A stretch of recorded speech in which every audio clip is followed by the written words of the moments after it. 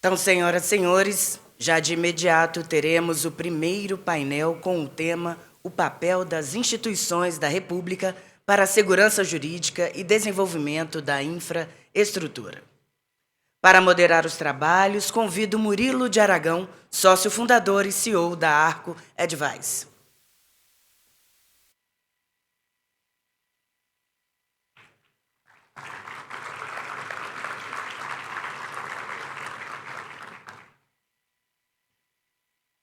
Já como painelistas, convido, não sei se já está conosco, o ministro do Supremo Tribunal Federal, Flávio Dino, já se encontra? Vamos, então, compor com o deputado federal Arnaldo Jardim, do ministro do Tribunal de Contas da União, Bruno Dantas, do secretário especial para o Programa de Parcerias de Investimento da Casa Civil, Marcos Benício Cavalcante,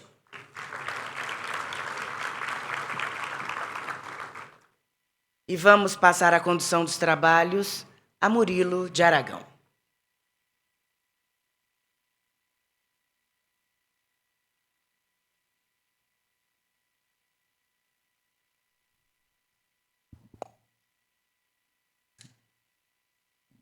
Bom, o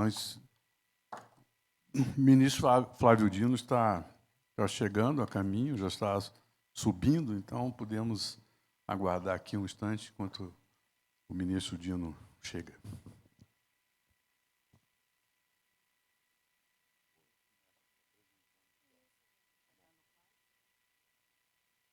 Bom, em primeiro lugar, queria agradecer à Abdib pelo convite honroso de estar aqui moderando esse painel inaugural deste evento. A Abdib, do qual me orgulho muito de ter uma longa trajetória de relacionamento e de orgulho pelo que a Abdib faz pelo Brasil, organizando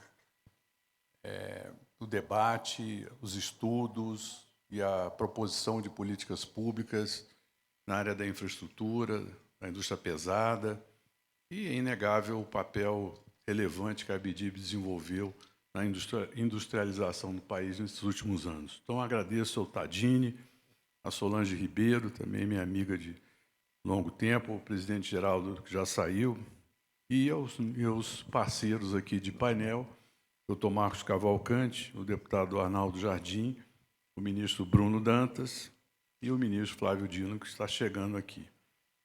Bom, eu queria iniciar o debate perguntando ao ministro Bruno. Vamos inaugurar aqui o nosso debate, ministro, com uma pergunta sobre o SESEX Consenso, uma iniciativa da sua presidência no TCU e que trouxe boas expectativas para o setor de infraestrutura, a negociação de conflitos, enfim, questões relacionadas às concessões, relicitações também, que entram dentro desse debate dentro do TCU. Gostaria de ouvir a sua avaliação e o que o senhor acredita que de mais relevante que a sua iniciativa trouxe, né, do SESEX Consenso, e o futuro dessas negociações aí com relação a relicitações e indenizações que permeiam o debate de concessões públicas no Brasil. Obrigado, ministro. Bom, muito bom dia. Quero começar agradecendo o convite da Abdib para, mais uma vez, estar aqui nesse importante encontro que discute o futuro do Brasil, porque, como bem disse o presidente Geraldo Alckmin, num país com as dimensões que o Brasil tem e com o nível de investimento que nós tivemos nos últimos 40 anos, querido deputado Arnaldo Jardim, nós temos um país por construir. E construir o Brasil significa contar com cada um dos que estão aqui presentes, porque são as pessoas que movimentam a infraestrutura do Brasil. Por isso, eu agradeço o convite da ABDIB, saúdo aqui os meus companheiros de painel, deputado Arnaldo Jardim, meu conterrâneo Marcos Cavalcante, também cumprimento o Murilo Aragão, que é um expoente aí na conexão entre o direito, a economia e o desenvolvimento. Murilo é um personagem ativo há muito tempo nessa seara, fazendo essa importante conexão. Não vou declarar quanto tempo, Murilo, senão a gente acaba declarando nossas idades. Mas todos conhecem esses personagens que estão aqui. E, de certa forma, eu me recordo, Murilo, e eu ouvi a sua pergunta com uma certa nostalgia, porque 2 anos e pouco atrás, 3 anos atrás, quando eu me preparava para assumir a presidência do Tribunal de Contas da União, ainda era o vice-presidente da ministra Ana Reis, eu discuti aqui, no encontro da ABDIB, as linhas mestras do que seria a SESEX Consenso. As pessoas olhavam com muita curiosidade, deputado Arnaldo, e um tanto de perplexidade, porque duvidavam que seria possível construir, no ambiente do Tribunal de Contas da União, um ambiente muito austero, um ambiente muito rígido, algo que permitisse o diálogo entre os gestores públicos, a agência reguladora e os operadores privados de concessões, parcerias público-privadas e etc. E era um ceticismo justificado, porque a grande verdade é que o Tribunal de Contas da União é conhecido e reconhecido por algumas características. A primeira delas é a qualidade do seu corpo técnico. Nós temos 1.600 auditores que orgulham o Brasil.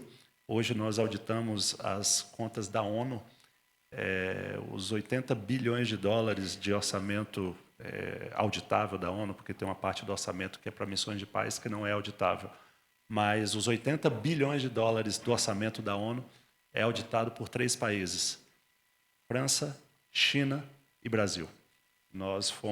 Eu fui eleito pela primeira vez desde que a ONU foi constituída, e faço uma breve pausa para cumprimentar meu dileto amigo, o ministro Flávio Dino.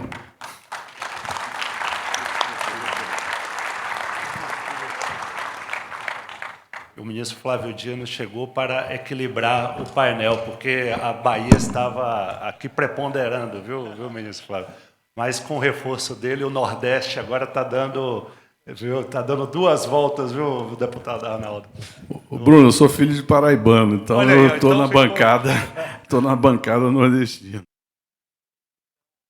Eu dizia, ministro Flávio, que quando vim aqui 3 anos atrás explicar o que seria aquela ideia da Secretaria de Controle Externo de Soluções Consensuais e Prevenção de Conflitos, muitos duvidaram que seria possível estruturar no Tribunal de Contas da União, que tem um corpo técnico qualificadíssimo, mas um corpo técnico que eu gosto de brincar dizendo que auditor é treinado para encontrar problema. Quem é treinado para encontrar solução é advogado.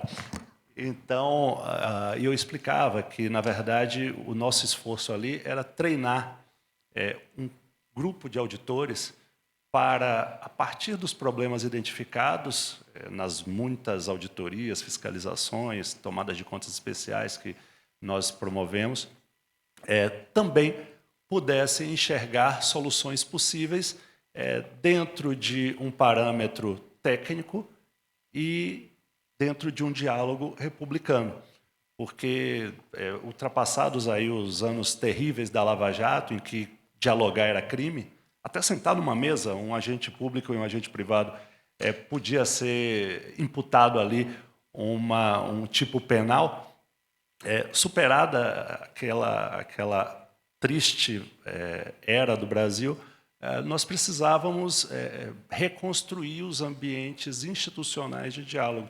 E eu vi naquele momento uma oportunidade de trazer isso também para o Tribunal de Contas da União. E, vejam, não é, Murilo, há quem diga, isso é uma novidade brasileira. Não é.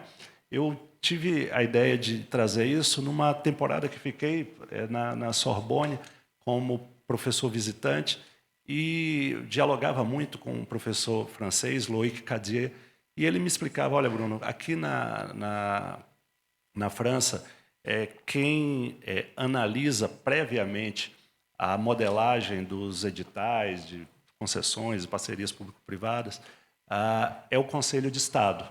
Depois que o contrato é assinado, ele é fiscalizado pela Corte de Contas. Qual é a peculiaridade do Brasil? É que o legislador, o Congresso Nacional, tomou a decisão de atribuir ao Tribunal de Contas da União as duas funções, que lá na França são feitas, uma parte pelo Conselho de Estado, outra parte pela Corte de Contas. Aqui, o Tribunal de Contas da União analisa previamente a modelagem dos editais e dos contratos e a documentação, e vejam, essa competência, nós não pedimos essa competência, o Congresso Nacional nos atribuiu essa competência, e já tínhamos aí sim, por derivação constitucional, a competência de fiscalizar a execução dos contratos. Então, dizia esse professor Loïc Cadier, então, Bruno, o órgão, a instituição que é responsável por analisar previamente as minutas, os documentos, ele precisa também, este mesmo órgão, ter um ambiente para a solução consensual de litígios e para, eventualmente, prevenir litígios que se apresentem, porque contratos de infraestrutura são contratos, por definição, incompletos, não é? E, por definição, contratos de longuíssimo prazo. Vejam que no setor portuário, nós falamos de arrendamentos de até 70 anos. Então, como estabelecer, a priori, todas as condições, todas as cláusulas que vão viger durante esses 70 anos? É preciso que esse contrato tenha cláusulas um pouco mais abertas para comportar os ajustes conjunturais que a economia e que a dinâmica de mercado impõe. Então, foi isso que inspirou a criação da SESEX Consenso. Todos que estão aqui e que são os que fazem o Brasil são testemunhas do trabalho sério que nós temos realizado. E é evidente que há alguns que, se tem a maioria que quer construir o Brasil, há alguns poucos que querem jogar pedra, querem atrapalhar um pouco.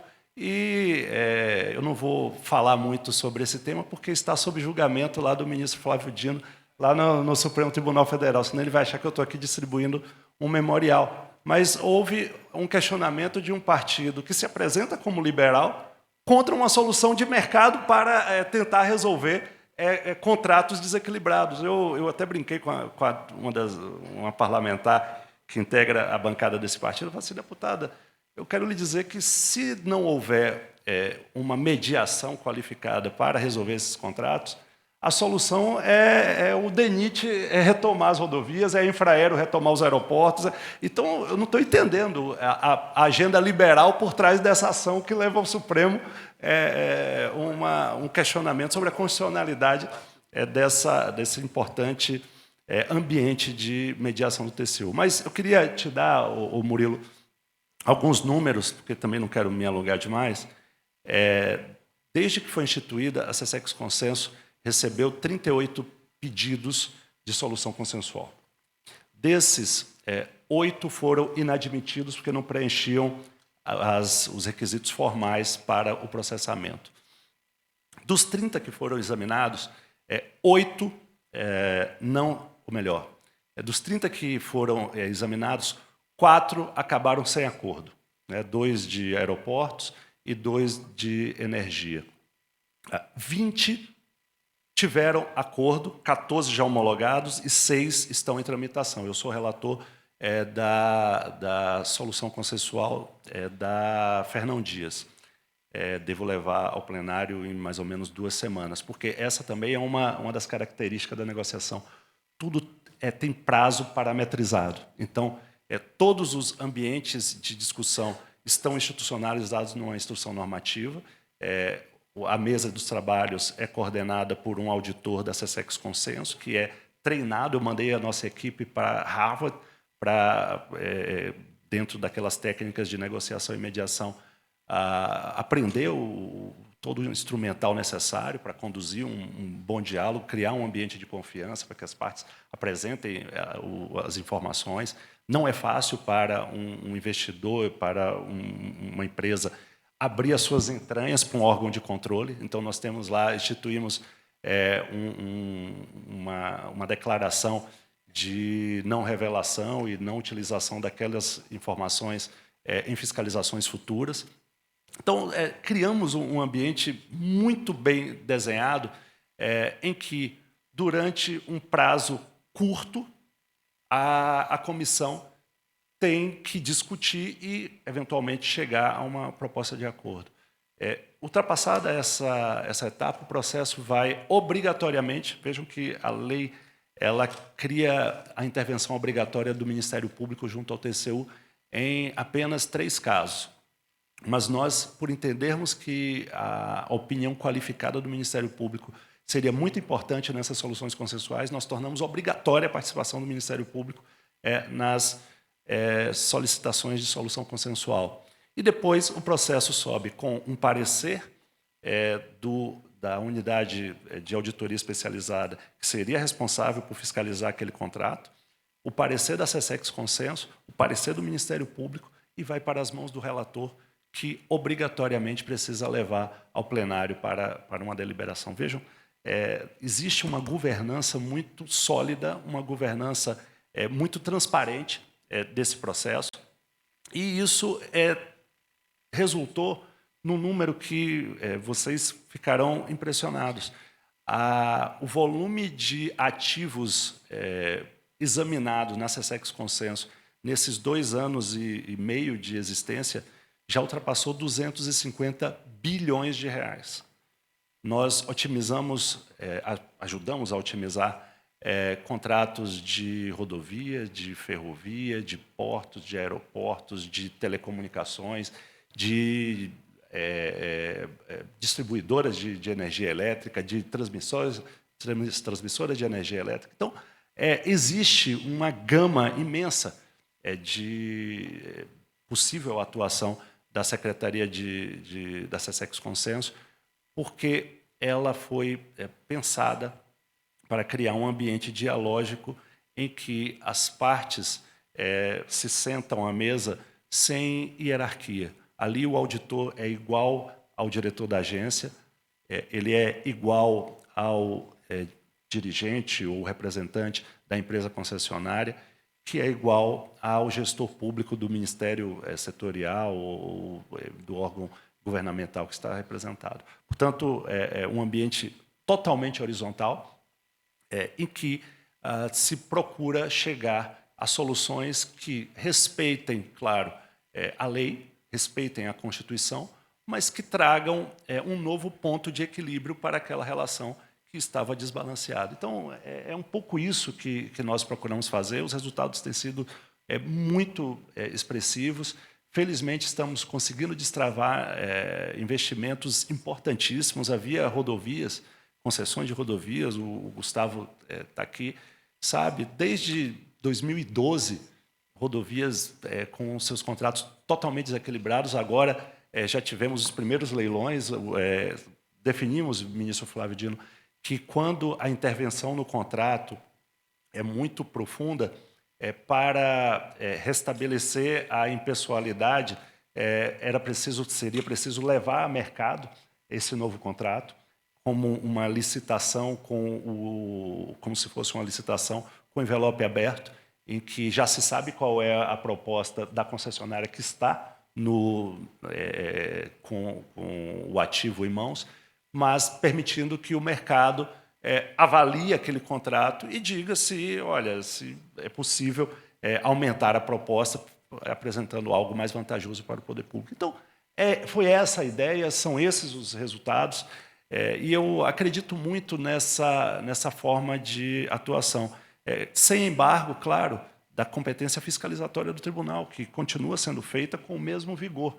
Mas é preciso também que nós que somos treinados para encontrar problemas, saibamos também dar horizonte, porque o gestor público, muitas vezes, tem boas ideias, mas fica inibido pelos órgãos de controle. Então, o ambiente da SESEX Consenso é um ambiente até para testar novas ideias. Veja que isso está se alastrando na administração.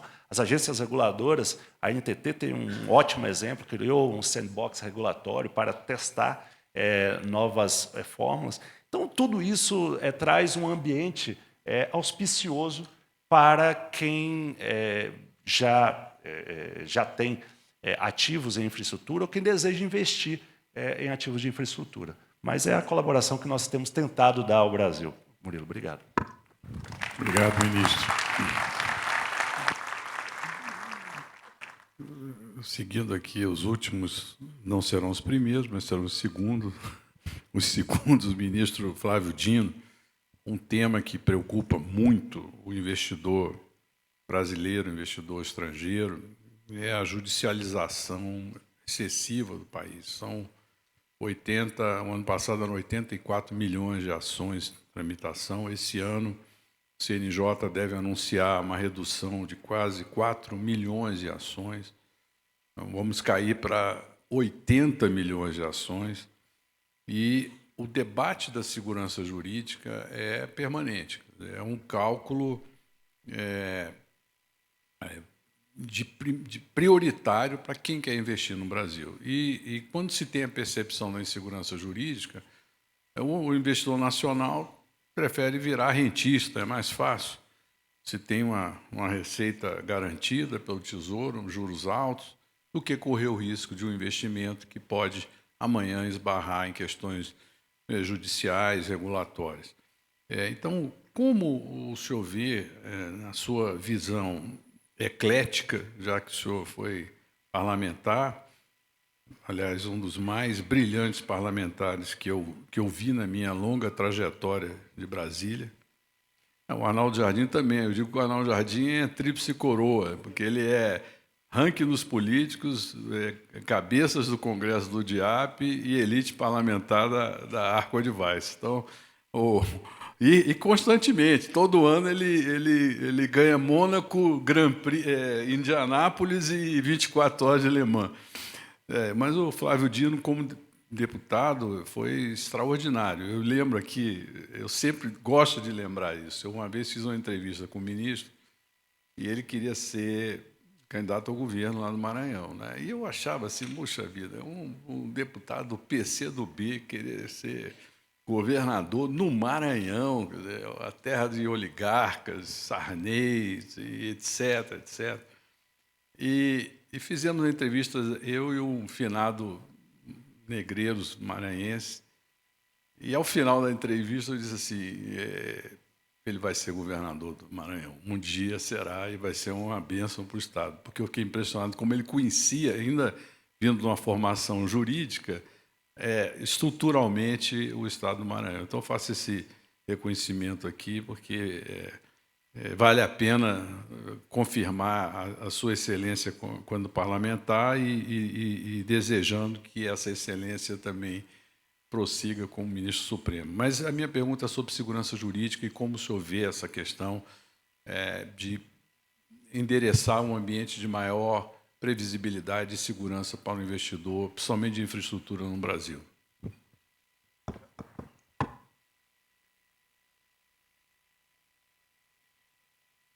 Obrigado. Em primeiro lugar, claro, saudar a BIDIB, na pessoa do seu presidente executivo, Venino, que está ali, que creio que vai se aposentar como presidente da BIDIB, porque eu já o conheço há 10 anos, e isso é prova da qualidade do seu trabalho e toda a equipe da BIDIB. Pela pergunta do Murilo, claro que vocês perceberam que nós nos conhecemos há muitos anos e agradeço muito a gentileza dele. Assim como o deputado Arnaldo, que me recebeu na Câmara, na 53ª legislatura, já há 20 anos atrás, aprendi muito com ele, somos amigos, e por isso recomendei que ele adira ao sedentarismo. Ele foi jogar tênis e danificou o braço. É o que eu digo sempre, seguindo grandes filósofos como Delfim Neto e outros, que eram precursores, Churchill e outros profetas dessa corrente filosófica. O Bruno Dantas, meu amigo também, um jurista completo do nosso país, nos conhecemos também há décadas, o Marcos, que aqui representa a Casa Civil, todas as senhoras e os senhores, para nós podermos responder sobre esse tema da segurança jurídica. Ainda bem que o Murilo fez a ressalva a tempo, que a decisão de alocação de recursos não está associada apenas a isto. Obviamente, a taxa de juros ajuda bastante, na medida em que é sempre um cálculo de risco, custo, benefício na alocação do dinheiro privado existente no mundo e no Brasil. Mas não há dúvida, não refuto, que questões institucionais impactam muito fortemente no mundo inteiro, todas aquelas atinentes à regulação de um modo geral. O que nós precisamos, a meu ver, enxergar, e o Bruno já tocou fortemente aqui nesse tema da solução das controvérsias. E por que eu menciono isso? Murilo, é curioso notar como uma das principais fontes de litigiosidade no Brasil não são conflitos entre empresas e cidadãos versus governos. Existe isso também. Mas existe também uma dificuldade nas soluções dos conflitos privados.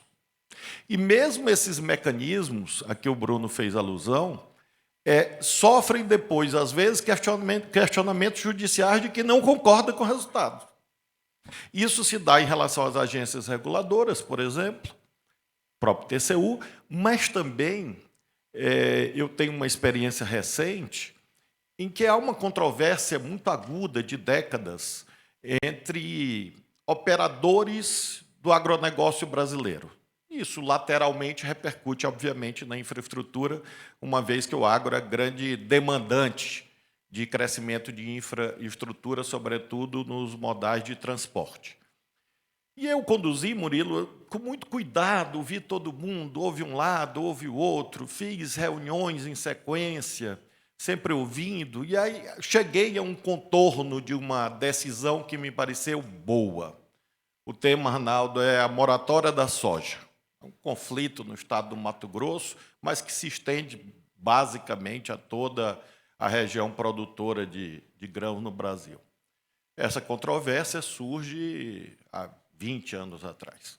Muito bem, eu dormi aquela noite com a sensação que Deus me deu, graças ao trabalho frequente, aplicado, dedicado, de ter cumprido o meu dever. No dia seguinte, não é força de expressão, é no dia seguinte, uma das partes judicializa de novo. Eu não estou fazendo juízo de valor se está certo ou errado. Eu estou fazendo uma constatação. Porque o arbitramento que eu fiz disse: olha, vamos fazer um meio termo e vamos buscar uma solução conciliatória até o fim do ano. E havia, obviamente, íncito, uma avaliação retrospectiva para poder definir a prospecção. Quem se sentiu beneficiado pela decisão, veja, repito, não estou fazendo juízo de valor, disse: eu tinha razão, agora eu quero o quê? Danos morais. Aí entrou com a ação na primeira instância, ou seja, eu estarei já, como o Murilo está, de cabelos todos brancos, porque eu não vou adotar o caminho do Bruno, que pintou na França uma tinta muito boa, quando esta ação chegar no Supremo de novo. Eu tenho mais de 18 anos de Supremo, eu acho que começando na primeira instância no Mato Grosso, eu acho que em 15 anos chegar lá. Então, a primeira observação, Murilo, é essa. É preciso que haja um empenho sério nas soluções alternativas de conflitos para desjudicializar. O maior conflito interempresarial que existe hoje no Brasil nasce de uma arbitragem. Aqui, Bruno, especialista nisto, direito processual. Décadas de trabalho, vamos construir uma lei de arbitragem, etc. Duas empresas, repito novamente, eu não estou fazendo juízo de valor porque está lá no Supremo. Só não está lá no Supremo ainda novela e Big Brother. campeonato de futebol, tá? Tudo que vocês imaginarem. Então, isso está lá. Como é que nasce essa controvérsia? Duas empresas disputando o controle de uma terceira, se submetem a uma arbitragem, a arbitragem é feita, quem perde a arbitragem recorre a quem? Ao Papa? Não, recorre ao Judiciário. Então, é preciso situar isto, para não dizer que não falei dos nossos próprios problemas. É claro que há uma morosidade, dificuldades de previsibilidade que estimulam a litigância, até aventuras judiciais. Em relação a isto, em primeiro lugar, há uma busca sincera hoje no sistema judicial de estruturar o que nós chamamos de sistema de precedentes.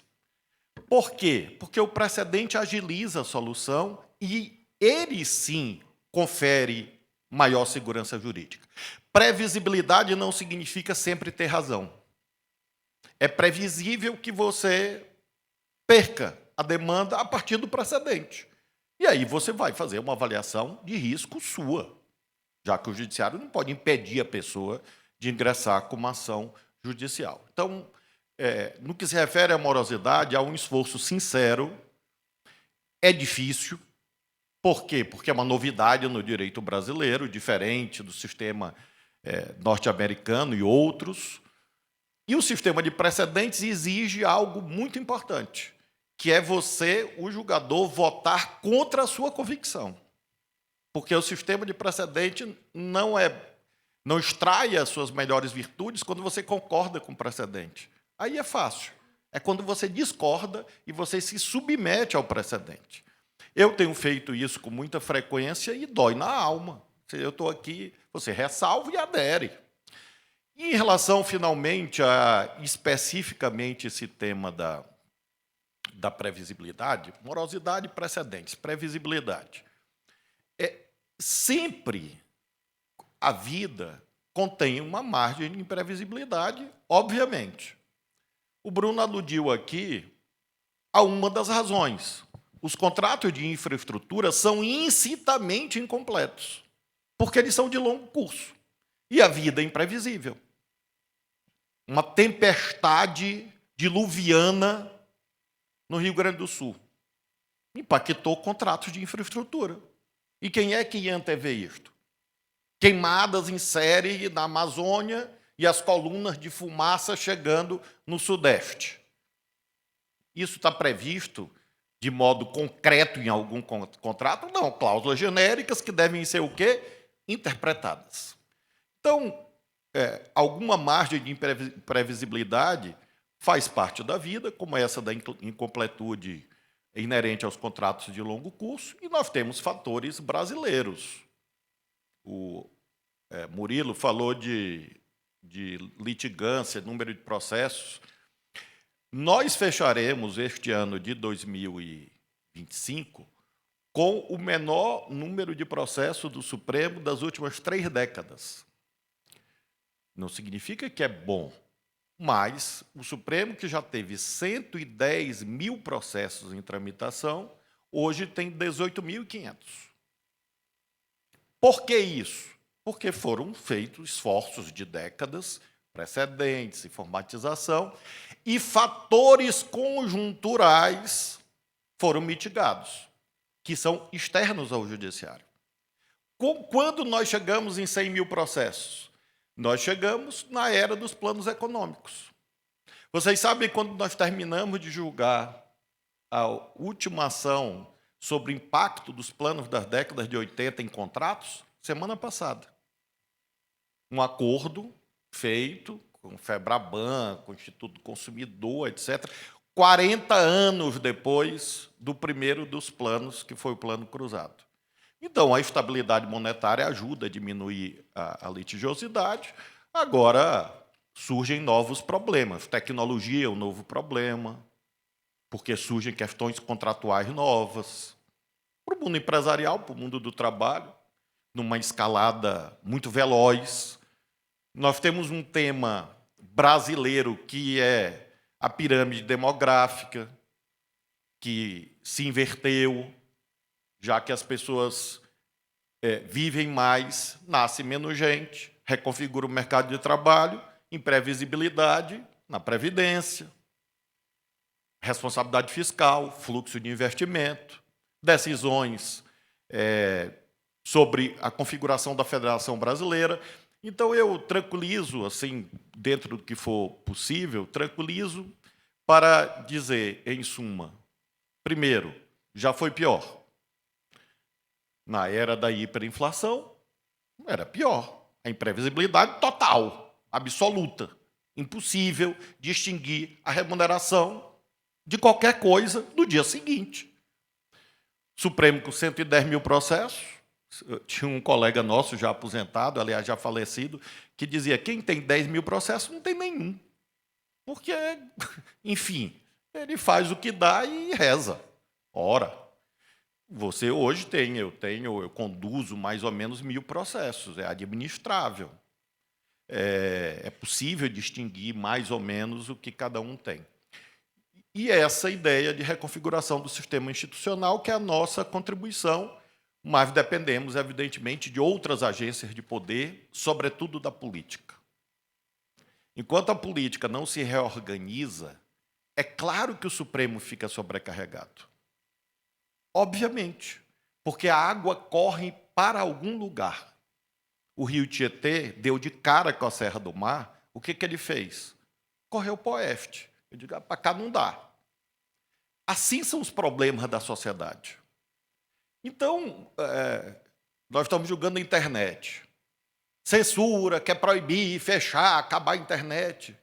Minha gente, tem que enxergar que o dia tem meio-dia, tem meia-noite, tem 6 horas da manhã, tem 6 horas da tarde. Ou seja, o dia não é só luminosidade e escuridão.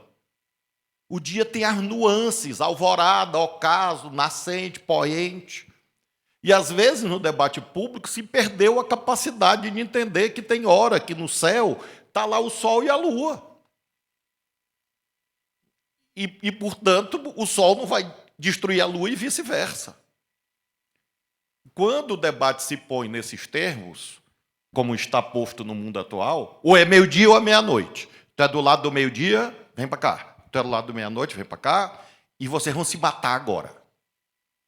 Não há sistema judicial no mundo que dê conta disso. E para não dizer que eu estou falando do Brasil, vejam os Estados Unidos. Onde é que estão despencando todas as controvérsias? No sistema de justiça. Volta imigrante, tira imigrante, prende imigrante, volta imigrante. E todo dia tem decisões o quê? Contraditórias. Universidade, tem estrangeiro? Não tem estrangeiro? Financia, não financia, fecha a pesquisa. Então, quando as outras agências de poder colapsam, evidentemente que o sistema judiciário se sobrecarrega. E é contra utopia uma sociedade que precisa resolver tudo na justiça. Não é um desejo dos julgadores do Supremo que seja assim, diferente do que alguns acreditam. Não, os ministros querem se meter em tudo. Não. Garanto a vocês, pelo menos da minha parte, da maioria, o que há é um desejo que a política encontre um caminho melhor, a sociedade, as soluções privadas de controvérsias avancem e o judiciário fique, de fato, para as questões mais estratégicas, porque nós sabemos que quem decide muito erra mais. Óbvio. Se você bate 100 pênaltis por ano, você vai errar em números absolutos mais do que se você bater 5. E o Supremo está tendo que bater 100 pênaltis por dia. Exatamente em razão disso. Portanto, quando falarem mal da gente, defendam. Obrigado.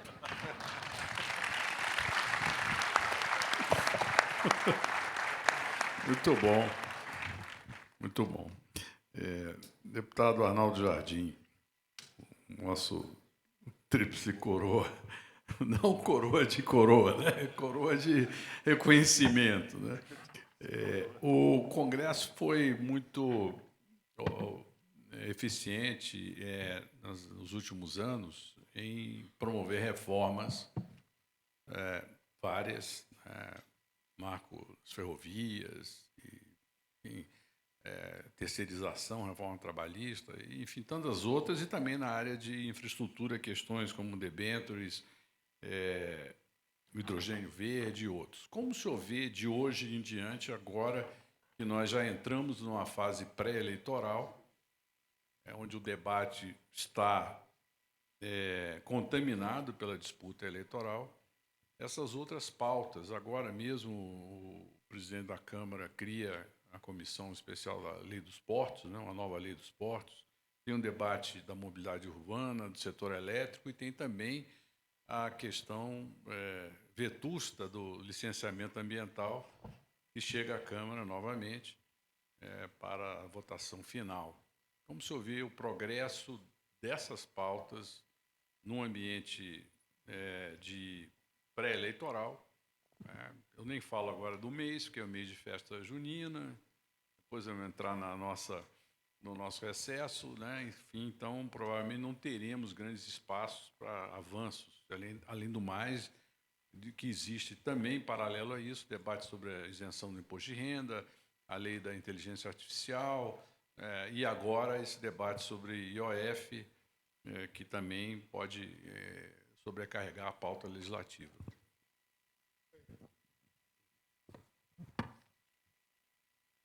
Bom dia. Uma alegria muito grande poder estar aqui com todos vocês mais uma vez. Eu sou habitué aqui com a permissão do querido Venilton Tadini, com a simpatia da Solange, nossa vice-presidente do Conselho, de todos vocês, dos congressos aqui da Abidib. E é extraordinário, né? Porque aqui, um momento de reflexão, todos estamos concentrados, mas ontem eu estive aqui à noite, muitos estavam. Teve aqui o presidente do BN, não o Aloysio Mercadante, teve o Nelson Barbosa do BNDES. E 1000 conversas surgiram. Eu tomei café de uma manhã com o pessoal da CPFL. Daqui a pouco nós temos outros encontros. É uma sucessão de conversas que acontecem. Aqui se forma opinião, aqui se indicam tendências e aqui você celebra compromisso. É muito bacana isso, né? Ver um congresso que é tão eficiente, de tanta qualidade, os painéis serão muito representativos e nós estamos tendo o privilégio dessa abertura aqui. Eu quero mencionar que, afora eu pessoalmente me senti em casa, me permitam todos aqui, eu trago uma palavra do presidente da Câmara, do Hugo Mota. Ele esteve com o Tadini, ele gostaria de estar aqui, não está aqui o Hugo Mota, porque hoje o Parlamento brasileiro recebe os presidentes, os dirigentes dos parlamentos dos BRICS. Todos estão reunidos aqui, buscando convergências, buscando estabelecer princípios, e acho que isso é muito importante, porque um dos aspectos do nosso país, o nosso presidente em exercício, o Alckmin, saudou no começo, dizendo que somos territorialmente um dos maiores do mundo, mas somos também cada vez mais protagonistas em momentos internacionais. O Alckmin, quando esteve aqui, Dino, porque você estava chegando, ele falou de 3 grandes desafios. Segurança alimentar, e o Brasil tem um papel estratégico nisso. Falou da segurança energética, e o Brasil tem uma marca própria, a Abidib, muito indica nisso, naquilo que é não só suprir, mas suprir com a vocação de descarbonização. E o terceiro, que era das mudanças climáticas, que dialoga com esse tema aí. Por isso tudo é que eu estou feliz. Eu tinha preparado algumas anotações e eu pensei em dar conta de coisas que estamos fazendo lá no Parlamento.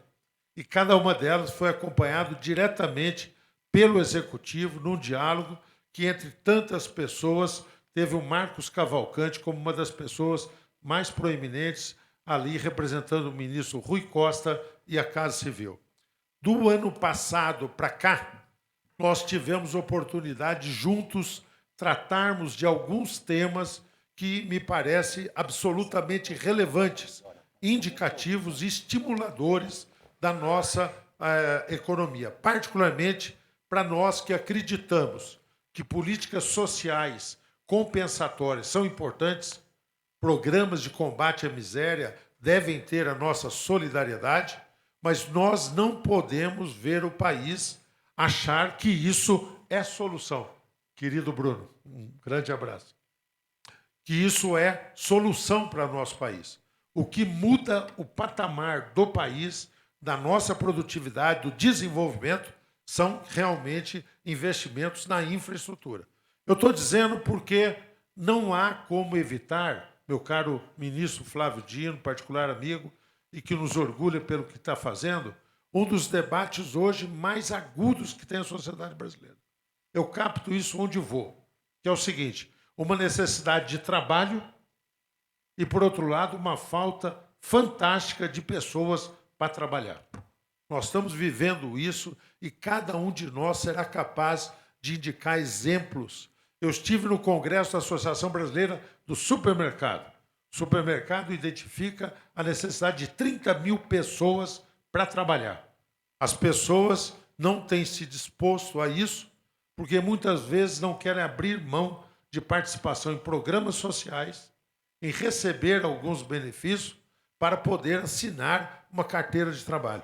Não há como constituir um país se isso não for enfrentado, se isso não for superado. Isso, por exemplo, é determinante para a Previdência Social, que é um dos maiores problemas, uma das maiores desafios de financiamento do nosso país. Então, acho necessário. Outro dia eu tapei o nariz e votei a favor de uma medida lá na Câmara que era dos safristas, onde nós autorizamos um regime de trabalho temporário.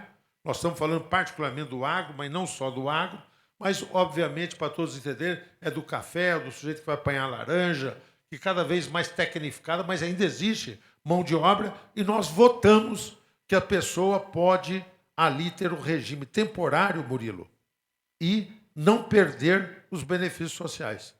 É o contraditório, porque sempre os benefícios sociais é para ter uma porta de saída, para a pessoa formalizar o trabalho.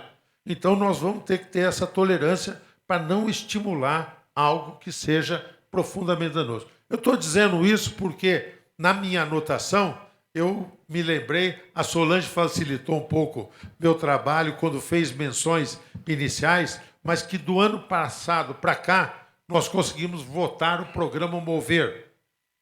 Grande incidência na infraestrutura, tá certo? A nova diretiva para o setor automotivo.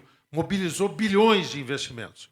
Nós conseguimos votar o Nova Indústria Brasil, muito importante, definindo que a retomada deve ser feita nos setores em que nós tenhamos vantagens competitivas e comparativas, porque é por ali que nós podemos buscar novamente um papel relevante. Votamos o marco de garantias, que é uma coisa que perspassa toda a atividade, mas que dá solidez, que evita a recorrência ao judiciário por conta de problemas que podem ser enfrentados ali. E ontem o Nelson Barbosa mencionou, eu repito, porque não eram todos que estavam, além de termos a LCI, Letra de Crédito Imobiliário, LCA, Letra de Crédito Agrícola, nós temos a LCD.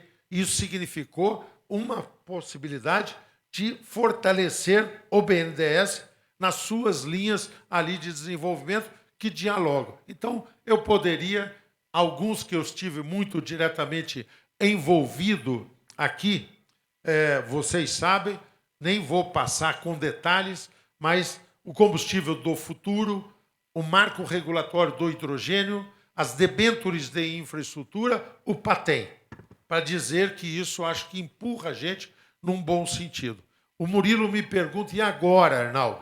Desafios pela frente.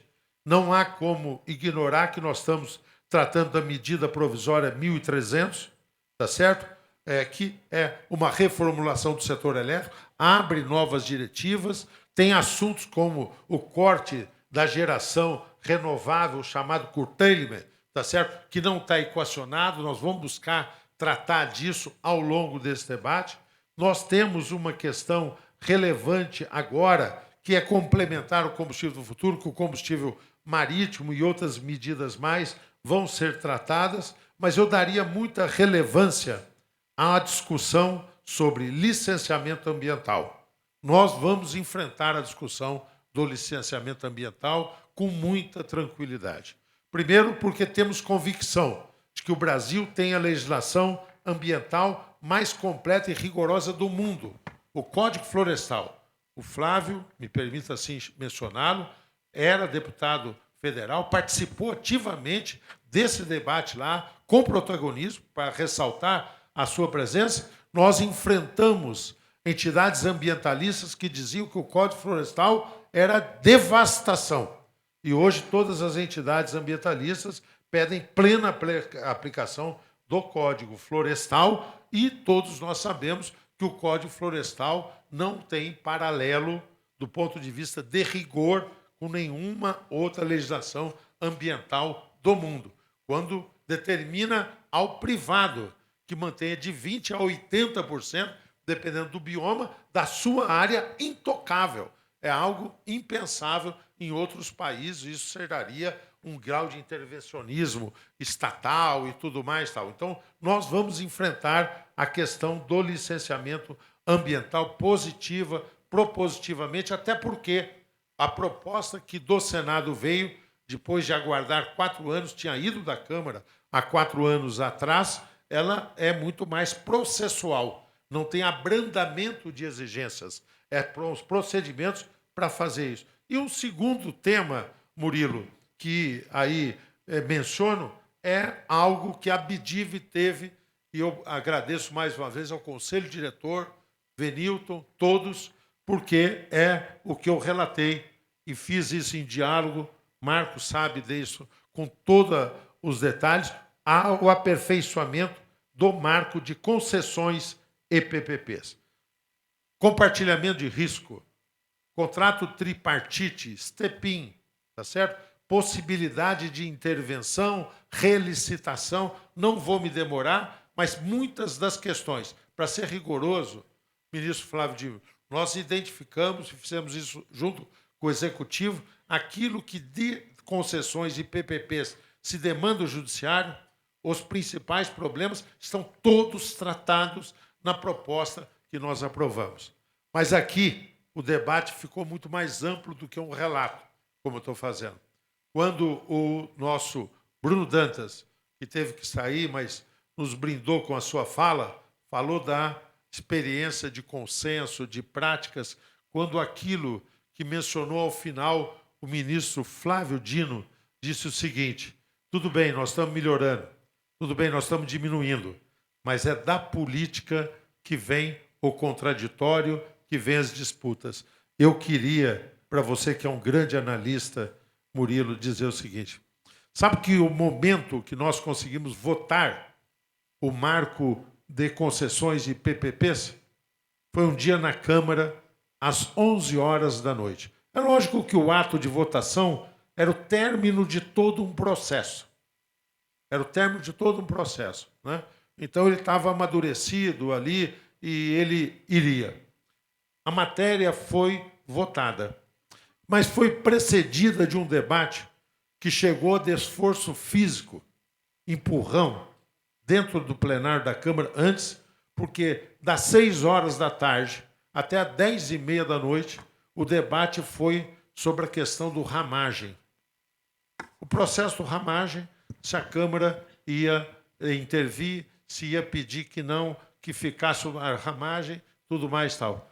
Nós estamos vivendo um momento no parlamento, e aí eu acho que isso me permite perfilar ao lado do Bruno, ao lado do ministro Flávio Dino, e certamente é a postura do Marcos Cavalcante, em que nós precisamos superar o grau de polarização, radicalização que vive a política brasileira. Não há um país que possa suportar essa dinâmica. Não temos condições de continuar com um debate que é repleto de adjetivos e absolutamente carente de substantivos. Tinha tido esforço. Eu cheguei para o Hugo e falei: Hugo, vamos deixar essa votação para depois, né? Não, Arnaldo, você é jeitoso, você não falou com todo mundo? Eu falei. Fui em todas as bancadas, discuti com todas as bancadas. Tá certo? Aliás, me permito dizer, não é por mim, é porque a sociedade acompanha os debates, vocês apoiam, e o combustível do futuro, dependendo de infraestrutura, todos mencionados, nós votamos por mais de 90% dos votos. Tinha acabado de ter uma briga imensa no plenário. Nós fizemos um apelo. O PL estava em obstrução, porque vai ficar em obstrução até que se vote a anistia. Fomos lá, fizemos um apelo, as entidades fizeram um apelo aos partidos e nós conseguimos votar. Ou seja, podemos construir consenso. Podemos estabelecer maioria. Se você consegue demonstrar que isso é algo de interesse do país, o país tem que prevalecer. E eu acho que é esse o repto que sai. Se essa mesa aqui, que fala das instituições, puder fazer uma conclusão, eu estou sendo muito ousado e pretensioso. Mas eu acho que é o seguinte, o Brasil tem que estar muito acima desse nível de polarização burra, ignorante, excessiva, que está limitando todos os nossos horizontes. Nós precisamos ir além disso, constituir um centro de equilíbrio no país que tenha sensatez, que possa discutir políticas e políticas que possam, assim, ter perenidade e estabilidade. Nós estamos tentando contribuir para isso. Muito obrigado.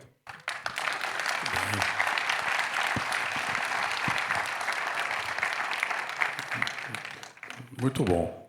Doutor Marcos, agora a bola está com o Poder Executivo. Eu queria falar da questão do licenciamento ambiental, em primeiro lugar. Nós ainda teremos tempo para uma segunda pergunta. Mas a questão do licenciamento ambiental, segundo informações que eu tenho, nos tirou aí provavelmente quase um ponto do PIB nesses últimos anos, por causa dos atrasos, a Operação Tartaruga, a greve, e também o próprio presidente Lula disse que não é má vontade, mas que é falta de estrutura, falta de pessoal, falta de recursos. O fato é que o atraso nas licenças gera um prejuízo enorme para a sociedade, de impostos, de divisas, de royalties, de empregos e, sobretudo, afeta a previsibilidade do investimento, principalmente na área de infraestrutura. Existem setores que estão há 1, 2, 3 anos esperando licenças, então, que demandam uma inserção num processo produtivo sofisticado. Na perfuração, por exemplo, precisa-se alugar navios exploratórios e não tem muitos navios no mundo, então fica descasado os tempos. E claramente há um problema estrutural ambiental no tocante ao licenciamento ambiental. Eu não entro nem no mérito de se é rigoroso, se não é, mas sim do próprio processo que teria que ter começo, meio e fim dentro de um prazo razoável. Como o governo vê essa questão? Existe, inclusive, um pedido de reestruturação do IBAMA, do ICMBio, está no Supremo Tribunal Federal, me parece que o ministro André Mendonça herdou essa questão. Enfim, como o governo vê essa questão e se não era a hora de dar a prioridade devida que o processo tem, tanto pelo lado da burocracia, que precisa estar estruturada, adequadamente bem paga, com os devidos recursos, quanto também da responsabilidade de se dar licenças ou de se dizer não, e por que não, num prazo razoável que dê previsibilidade, principalmente pela carência de infraestrutura que nós temos. O Brasil é um país envelhecido em infraestrutura, apesar de todos esses grandes investimentos que ocorreram aqui. Enfim, então a minha pergunta, doutor Marcos, é com relação a esse aspecto. E obrigado. Primeiro, agradecer a BIDIB, nas pessoas de Solange e Tadini, e dizer o desafio que eu tenho aqui, Murilo. Perdi a solidariedade do conterrâneo, mas vou invocar, se você ser homônimo de meu pai, Murilo, de falar aqui após esses 3 expoentes aqui da administração, da política e da justiça brasileira, do Poder Judiciário, e da genialidade que eles têm com a palavra e com conhecimento. E dizer que você tocou num ponto que o governo tem 2 papéis aí na área ambiental, né? O governo é responsável pelo licenciamento ambiental, mas o governo é empreendedor também. seja através das suas obras que ele executa diretamente, seja através das concessões, PPPs, parcerias que ele faz. E nós passamos um período no Brasil de destruição da máquina pública. Você teve uma não valorização do servidor público, de modo geral. É muito criticado tudo que você fala a favor do servidor público. Eu não estou defendendo aqui corporação, nada nesse sentido. Mas só registrando, eu estava num café no aeroporto e um empresário me questionou: vocês estão dando aumento para o servidor? Eu disse: tem uma semana você esteve comigo reclamando do seu licenciamento ambiental. Você sabe que o maior salário que o IBAMA recebe, o funcionário do IBAMA, é o menor salário que você paga na sua empresa para um profissional de nível superior. E você tocou nesse ponto, Murilo, aí rapidamente. Segundo, eu tenho um caso lá que a gente acompanha, qualificado no PPI, um licenciamento de empreendimento mineral em um estado, que os 25 funcionários, ministro Flávio Dino, do IBAMA, que não assinaram, que nem assina a assinatura eletrônica no processo, receberam processos individuais do Ministério Público no seu CPF e não tiveram o direito que os advogados da União os defendessem. Na lei de licitação tem um artigo desse, nós tentamos colocar na lei do licenciamento ambiental esse ponto, a gente está apelando agora que coloque, e isso gera uma total insegurança jurídica. O apagão das canetas. O apagão do ENTA, hoje que eu brinco. Nós temos uma série de licenciamentos por uma falta de uma legislação federal sobre o assunto, e esse debate sobre a lei do licenciamento ambiental ele está distorcido, porque nós não estamos, me corrija, eu sou engenheiro, embora de família de advogados, nós temos o Código Penal, mas nós temos o Código do Processo Penal. É isso que nós estamos discutindo na Câmara, não é mudança na lei ambiental, é o procedimento do licenciamento ambiental. Nós estamos dispostos ao diálogo, a ministra Marina, a ministra Gleisi está dialogando. É um projeto que estava, acho que há 20 anos, no Congresso. Temos algumas restrições, alguns artigos que estão, mas dentro da política, dentro do diálogo, acho que a gente consegue chegar a um consenso e nós temos uma segurança, porque nós temos milhares de definições infralegais sobre licenciamento ambiental e, com certeza, qualquer parte, como o ministro Dino falou, seja o Ministério Público Estadual, Federal, seja uma parte de uma ONG contrariada, seja uma população contrariada, que se acha contrariada, vai descobrir um argumento para judicializar aquele processo de licenciamento. E nós temos que dar um apoio. O IBAMA hoje tem, na área de licenciamento, 200 servidores, os mesmos que tinham há 15 anos atrás. Agora estão ingressando 100 novos servidores, fruto de concurso.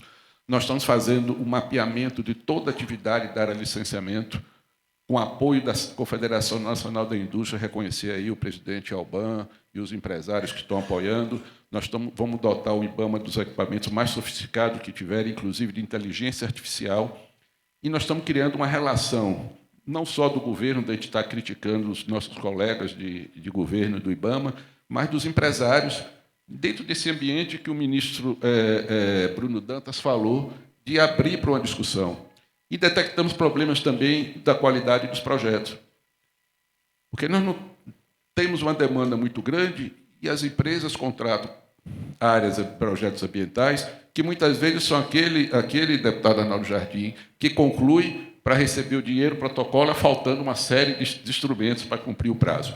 Mas se a gente abre um diálogo, e nisso o presidente Agostinho tem sido muito favorável a isso, a gente tem conseguido, inclusive nós estamos fazendo um trabalho com o IBAMA de priorização do que é mais interessante para o setor privado dentro da Casa Civil, tanto na SEPPI quanto da CEPAC, no CEPAC envolvendo aí as obras públicas e nós envolvendo as concessões, para que a gente possa ter as licenças liberadas.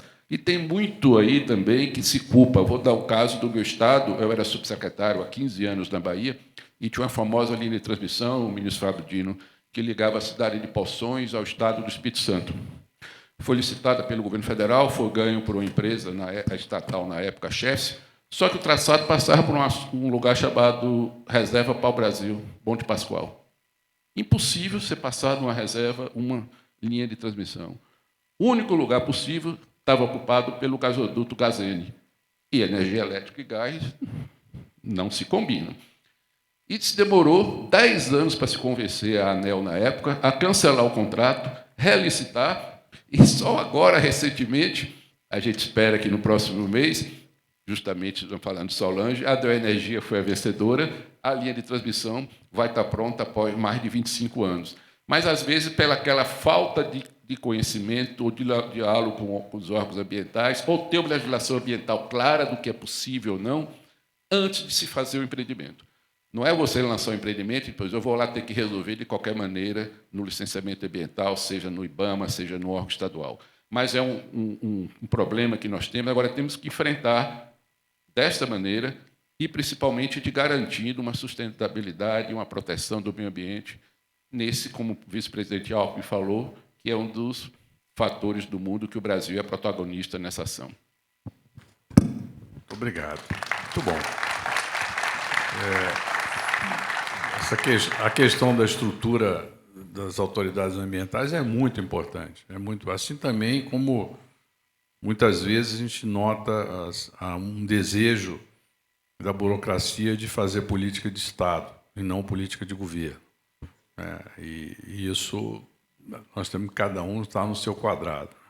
Bom, eu queria fazer uma pergunta para o ministro Flávio Dino, com relação a...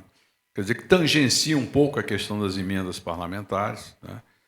Mas que está sob sua ótica, mas, enfim, relacionar essa questão ao protagonismo que o Congresso ganhou sobre o orçamento.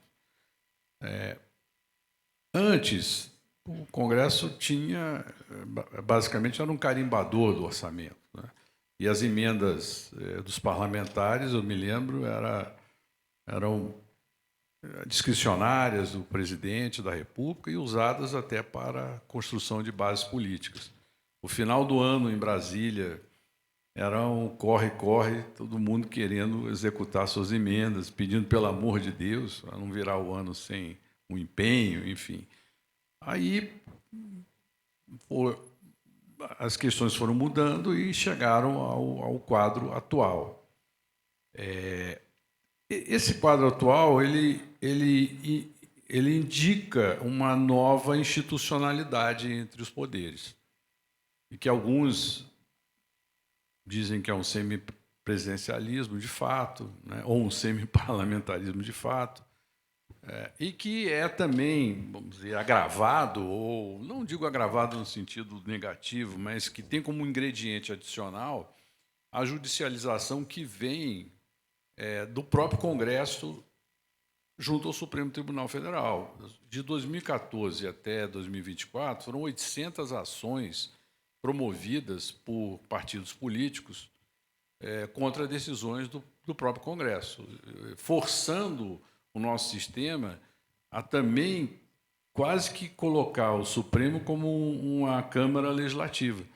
Então, a gente tem também, ao lado dessa discussão, se nós somos semipresidencialistas ou não, mas se nós temos um sistema tricameral ou não, né? Então, Câmara, Senado, eu digo, por exemplo, a questão do Banco Central foi disputada no Supremo, a questão do marco do saneamento foi disputada no Supremo, e, aliás, tentaram até reabrir a discussão do marco do saneamento no Supremo, agora no início do governo Lula. Como o senhor vê essa situação e como ela vai se desdobrar? Porque hoje é um sistema capenga, é um sistema que é contaminado por essa judicialização, é contaminado por essa bola dividida no orçamento, é contaminada porque a verba discricionária que sobra, 8%, é disputada a tapa entre o Executivo e o Congresso, e a gente tem, pano de fundo, também um orçamento absolutamente engessado.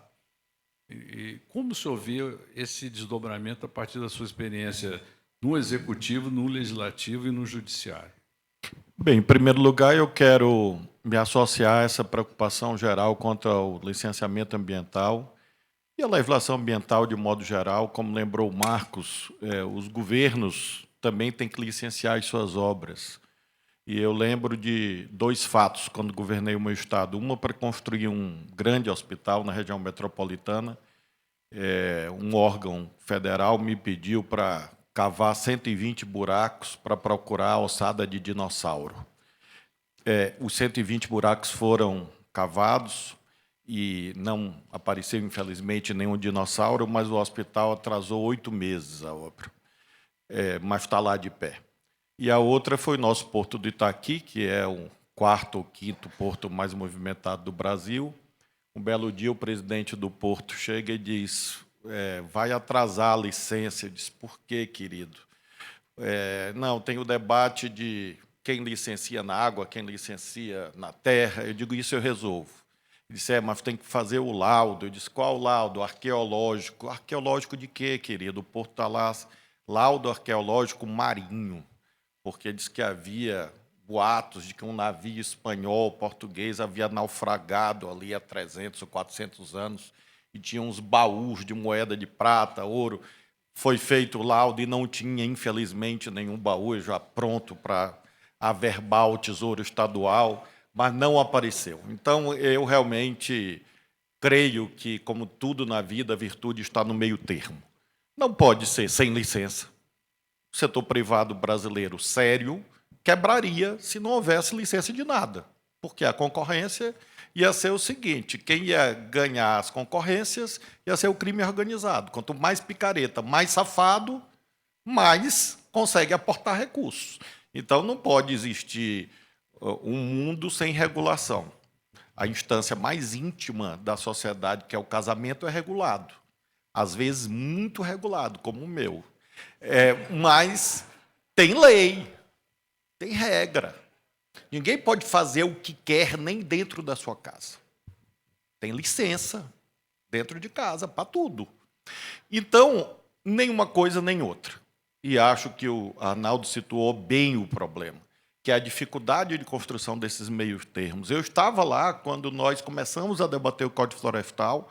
Estou agora como relator de uma matéria ambiental, tratando sobre uma parte do Código Florestal que nunca foi implementada, que é o CAR, o Cadastro Ambiental Rural, 13 anos. E não se sai do lugar. E sem o CAR não tem o PRA, o Programa de Regularização Ambiental. E sem PRA não tem legalidade para ver o quê? Investimento. 13 anos de impasses e eu sou o relator. Então, eu estou naquela situação do jogador que cruzou a bola e não correu, porque eu não posso dizer que eu corri, por falta de aptidão, mas fui andando e ainda cheguei na grande área para poder cabecear, porque o tema que estava no Congresso continua pairando nas agendas públicas, e acho, Arnaldo, que, de fato, esse é o ponto, é encontrar ambiente de deliberação. Eu fui deputado e nós discutíamos muito, e aqueles com os quais eu discutia são meus amigos até hoje. Ronaldo Caiado, Antônio Carlos Magalhães Neto, Rodrigo Maia. Nós éramos antagonistas naquele momento. E somos amigos. E nunca tivemos altercação física. E tinha, Arnaldo, naquele tempo, uma coisa muito importante. Tinha menos cinegrafista no Congresso. Porque hoje tem mais deputado com celular em punho do que discussando na tribuna. Está no lugar errado. Vai para Hollywood fazer filme, ser diretor, ganhar prêmio, concorrer com o Walter Salles. Arnaldo, se proibisse celular na Câmara e no Senado, o parlamento ia funcionar melhor. Porque a dimensão... Igual nas escolas, né? A dimensão... Mas eu estou falando sério, parece uma coisa anedótica, mas poucos parlamentos do mundo permitem aquilo. Porque aquilo eleva a espetacularização a um jeito que a pessoa não acompanha o debate. E a métrica dele não é a votação do projeto. Arnaldo é um parlamentar sério. Ele fica aqui e fala, nós votamos isso, foi relator disso. A métrica de quem faz o espetáculo da política, depois eu digo de outro jeito, e espetacularização da política. A métrica de quem faz isso são os likes. Não é projeto de lei. Ah, deu like. Então, vou subir ali, vou gritar, vou chutar 2, chutar literalmente, não é verbalmente, e vou ganhar muito like. Então, acho que essa crise do processo decisório tem interface com isso que Murilo pergunta, e eu falo isso assim, eu não estou falando só dos outros poderes, porque daqui a pouco vão dizer que eu disse que o problema do Congresso, vão pedir meu impeachment de novo, mata, morte, pena de morte, essas coisas que são típicas do nosso tempo. Eu sou fã do que Lúcio Costa e Niemeyer fizeram. Praça dos Três Poderes. Qual é o edifício mais bonito? É o Congresso. Quem está no centro da praça? O Congresso.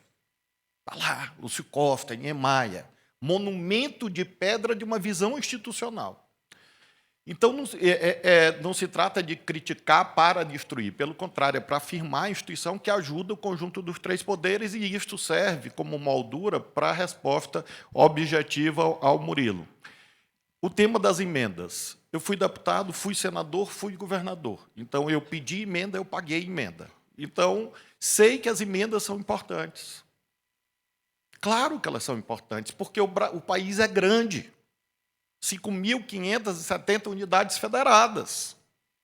Então, a emenda permite uma certa descentralização e democratização. O problema que eu herdei, e que eu sou relator hoje, se refere a 3 âmbitos. O primeiro, transparência. O dinheiro tem que ter origem e destino. E a origem e o destino têm que ser rastreáveis, que é o segundo ponto, rastreabilidade. Isso está onde? Na Constituição. Quem escreveu? O Supremo? Não, o Congresso. Está lá. E aí nós estamos num processo, todas as semanas, quase eu decido. Ontem, processo estrutural, consenso, faz audiência, ouve, buscando afirmar transparência e rastreabilidade. E avançamos muito. Em um ano, avançamos onde não havia regulação alguma, praticamente. E hoje nós temos caminhado bem, com normas no Executivo, no Legislativo, uma nova lei sobre emendas, uma nova resolução sobre emendas. Remanesce o terceiro problema, e concluo, que tem a ver com o setor de vocês. Há uma arquitetura no Estado brasileiro na repartição de competências. Isso não se refere só à feitura de leis, se refere à realização de investimento. Para citar o óbvio, quem faz rua? Prefeitura. Quem faz estrada entre municípios? Governo do Estado. E quem faz BR, e energia, e hidrovia, portos, aeroportos? O governo federal. Federalismo. Existe um desenho ali. Isto corresponde, obviamente, a um federalismo fiscal. Competências, dinheiro. Então, a repartição foi feita assim, em 88. Na hora que as emendas crescem e viram impositivas, e não estou discutindo se isso é bom ou ruim, porque eu terei que julgar em algum momento, você desloca recursos da esfera federal para as esferas municipais. E isso impacta nos investimentos em infraestrutura. Estradas federais, pontes. Caiu uma ponte no meu estado. Uma ponte entre 2 estados, Maranhão e Tocantins, numa BR. Uma ponte federal, vamos chamar assim. Então, eu vejo o terceiro ponto, que não será resolvido só pelo Supremo. É um debate difícil. Tem uma audiência pública dia 27 de junho no Supremo. Se a Abdib quiser participar, será muito bem-vinda. Em que nós vamos colocar isto na mesa, chamada impositividade, em que instância e o tamanho das emendas. Normalmente se fala, como o Murilo falou, dos 3 poderes, e de fato é um problema, porque o Brasil é presidencialista, ou seja, o presidente é a figura nodal, mas ele vem depreciando, tendo depreciado o seu poder nos últimos anos. Se isso é bom ou ruim, o Brasil tem que responder, não é o Supremo que vai responder. O certo é que nós temos hoje um sistema institucional que é único no mundo. O sistema brasileiro é o único no planeta Terra hoje. Pode ser mais uma contribuição nossa para a engenhosidade dos povos, pode não ser. E nós temos essa questão federativa, e são essas as ponderações que, de um modo geral, os estudiosos têm feito. É preciso que nós tenhamos harmonia entre os poderes, porque isso impacta no fluxo de investimento. Se você tem 250 ou 200 bilhões, 200 bi, arredondando, de dinheiro livre, vamos chamar assim, que é o discricionário, realmente discricionário, porque tem as vinculações de educação, saúde, etc., que é outro debate que eu não vou ter tempo de fazer, até para a BDB me convidar de novo. Tem as vinculações do próprio Judiciário, do Legislativo, dos Tribunais de Contas, do Ministério Público, tudo isso é vinculado, artigo 68 da Constituição. Na hora que extrai todas as vinculações, sobra 200 bi. Se 25% disso, em grandes números, é alocado pelo Congresso, via emenda impositiva, significa dizer, e estratifiquem que vocês vão ver, que 50 bi por ano que poderiam, em tese, ir para grandes obras, está sendo pulverizado em pequenas obras, porque sai da esfera federal e vai para a esfera municipal. E eu não conheço nenhum município que tenha construído um porto, não sei se vocês conhecem, ou uma linha de transmissão de energia, ou uma ferrovia. Claro que não, porque não é seu papel. Então, nós temos um debate, é o terceiro, que é o debate da eficiência. E esse debate é, sobretudo, político. Não é o Supremo sozinho, que eu estou conduzindo com muita calma, muita tranquilidade, porque uma pessoa que torce para o Botafogo tem que ser paciente. Então, eu sou uma pessoa paciente, esperei 30 anos para ver meu time campeão de alguma coisa, então eu não tenho pressa, mas acho que é um debate necessário. Eu creio que já falei demais, está ali, tempo esgotado. Eu acho isso muito claro, muito eficaz, assim. Mas eu vou entrar de ação com danos morais contra a BDB. Eu fiquei ofendido com esse negócio. Obrigado, pessoal. Bom dia a vocês.